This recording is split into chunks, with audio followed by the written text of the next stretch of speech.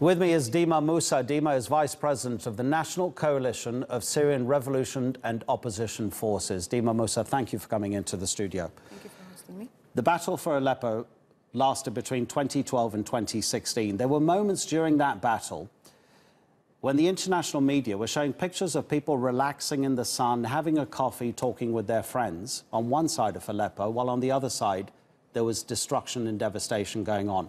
How much is that true of Syria today? How much is it like what we've seen in this report?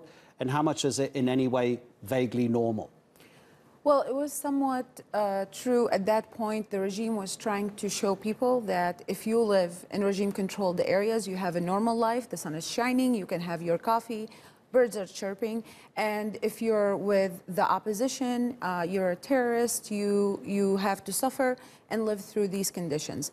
Now that the regime is still trying to sort of portray that picture, but now the reality is not like that. Right now there are IDPs all over Syria because the regime retook a lot of the areas that were under opposition control. There are internally displaced people in regime-controlled areas as well, and I don't think anybody is believing that picture anymore. They do also suffer from different set of conditions than the IDPs in the other two areas in Syria, which is the opposition-controlled area in Idlib in the northwest, and also in the northeast, which is under the control of SDF and ISIS in very small pockets.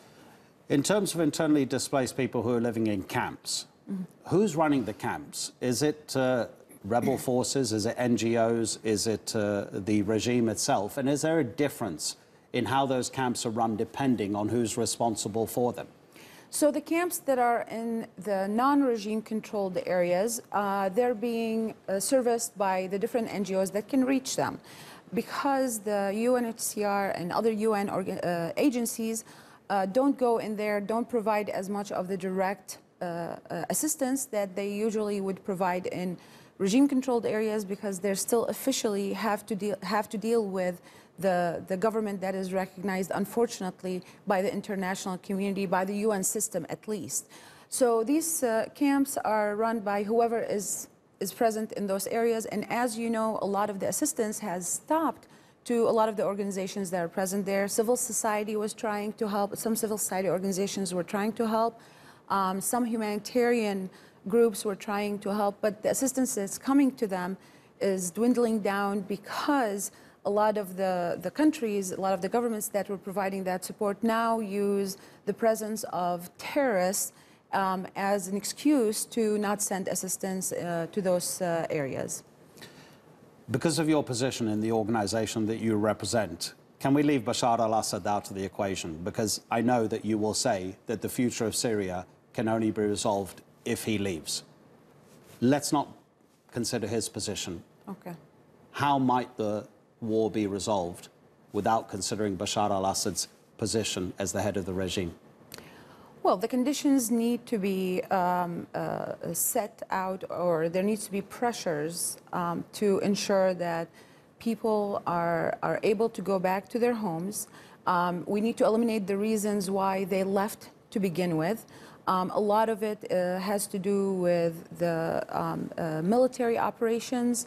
A lot of it has to do with being detained and disappearing, forcibly disappearing. A lot of it has to do with the destruction of their homes.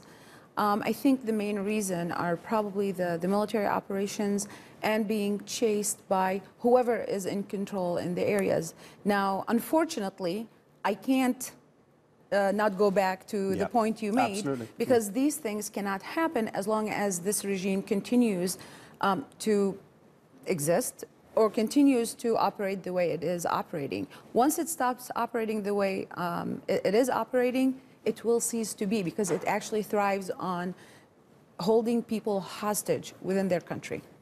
Dima Moussa, thank you very, very much indeed. Appreciate it.